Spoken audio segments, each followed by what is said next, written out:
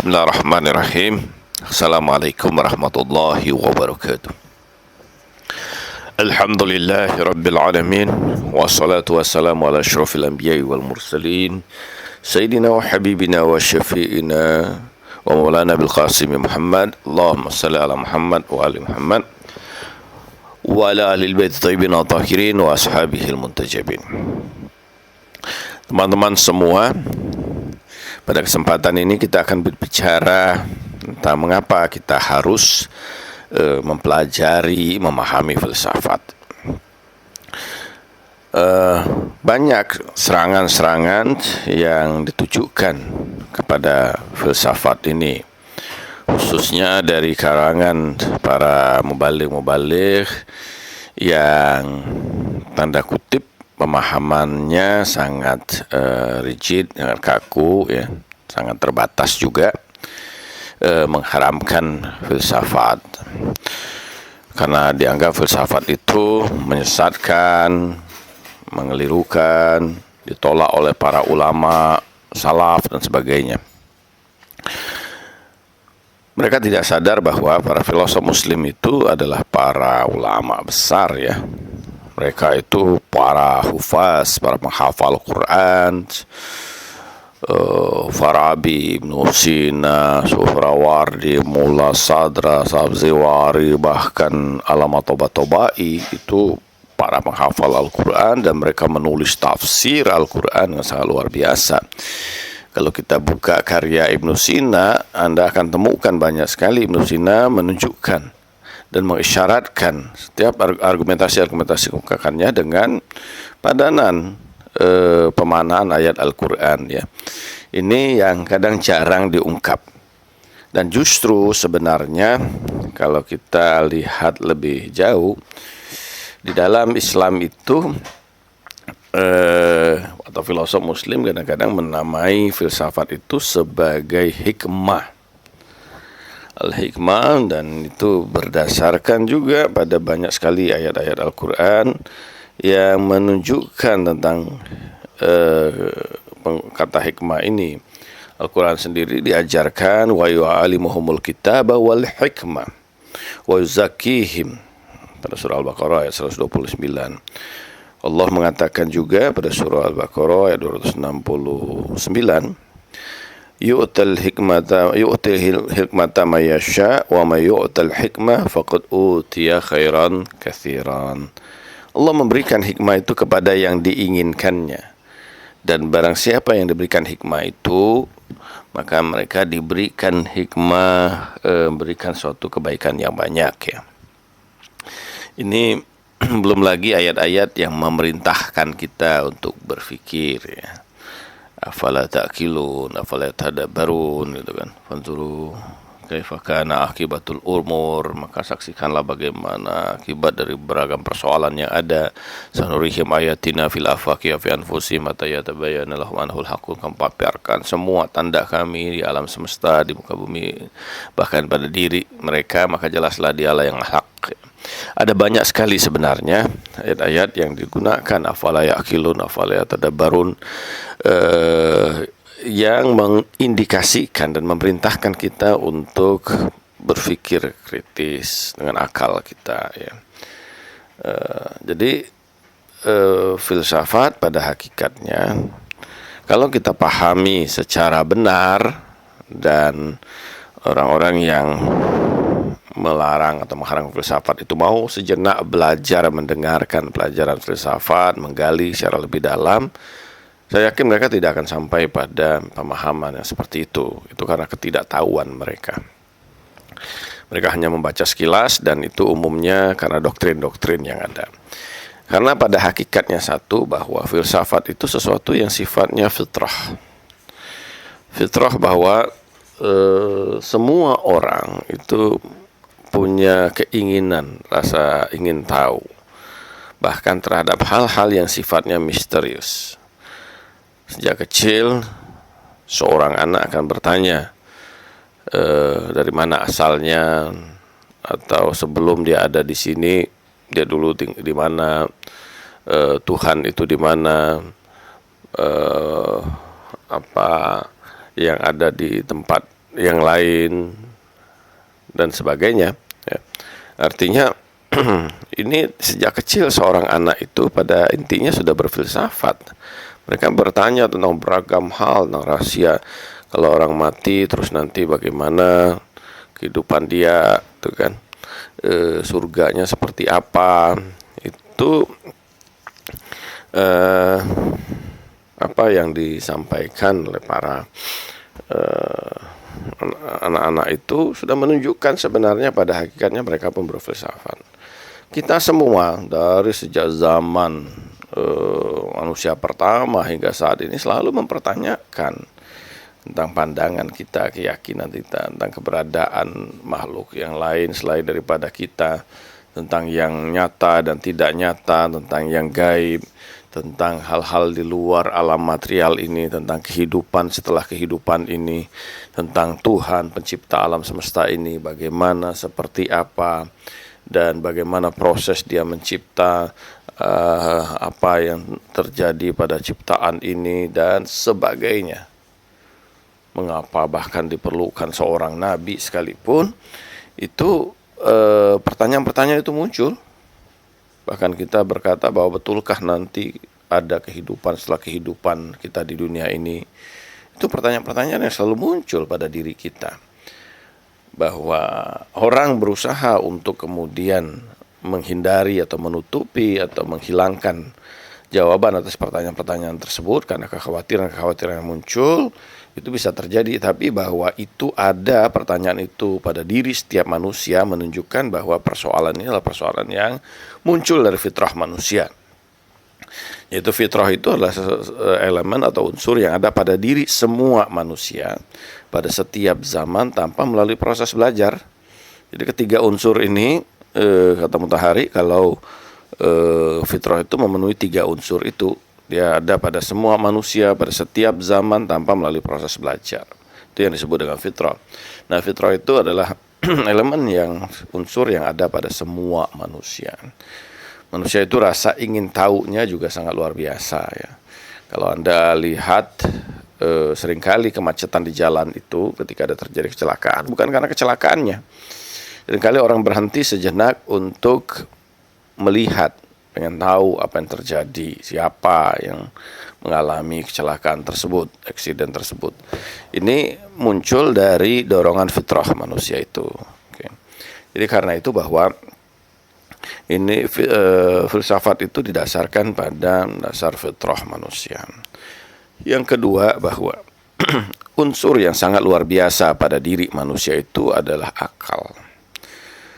Ini adalah diferensial, adalah fasal pada manusia yang membedakan manusia dari makhluk yang lain. Ketika kita mendefinisikan manusia bahwa al-insan haywanun natik, hewan yang berakal. Kenapa kemudian para mantikiyun, ahli mantik, atau kemudian para filosof mendefinisikan manusia dalam konteks yang seperti itu?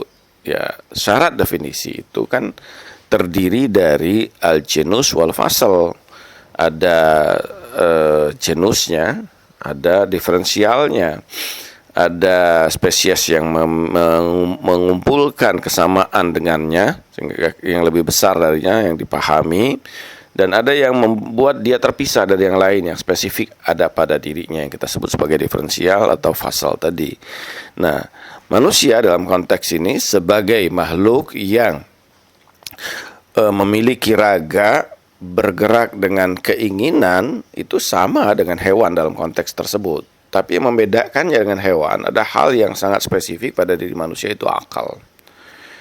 Dan akal ini, kalau manusia tanpa akal ini, dia tidak lebih dari hewan. Akal itu apa? Akal itu adalah elemen atau unsur yang ada pada diri manusia yang menentukan segala sesuatu secara definitif, memisahkan, kemudian melakukan proses pemisahan satu dengan yang lainnya, mengumpulkan beragam konsep-konsep yang ada dan menganalisis beragam hal tersebut. Ini adalah fungsi akal. Jadi akal itu bekerja untuk kemudian membuat konsep-konsep, membuat definisi-definisi, memisahkan satu konsep dengan konsep yang lain, mengumpulkan dengan makna yang am, makna yang kuli. Misalnya begini, kita menyebut manusia, ya. Manusia itu kan konsep kuli yang hanya ada hanya akal kita yang mampu menyatakan itu. Kenapa? Karena tidak ada manusia di luar, yang ada itu adalah Zaid, Muhammad, ya, Ihsan, Khalid. Nah, tapi kita ambil satu akal, kemudian mengkonsepsikan semua itu dalam satu makna, maka disebutlah semuanya dengan sebutan manusia. Ini menciptakan konsep-konsep kuli, kemudian melakukan proses generalisir, memahami kemudian hukum-hukum yang bekerja pada beragam keadaan, pada beragam kondisi, melakukan analisis terhadap beragam hal, peristiwa, fenomena, dan sebagainya. Itulah fungsi kerja akal. Elemen inilah yang kemudian yang ada pada diri manusia, pada jiwa manusia yang bekerja untuk melakukan proses tersebut. Proses itu disebut dengan proses at-tafkir, berpikir, ya. Jadi atau at-ta'akul. Jadi memahami sesuatu, menganalisis sesuatu, gitu, ya. Jadi dia adalah bagian yang ada pada elemen yang ada pada diri manusia, pada jiwa manusia, atau daya yang ada pada manusia dalam proses berpikir manusia. Nah, akal ini dia tidak mengenal batasan. Semua manusia memiliki akal, karena itu adalah hal yang spesifik, yang merupakan hal yang diferensial pada diri manusia.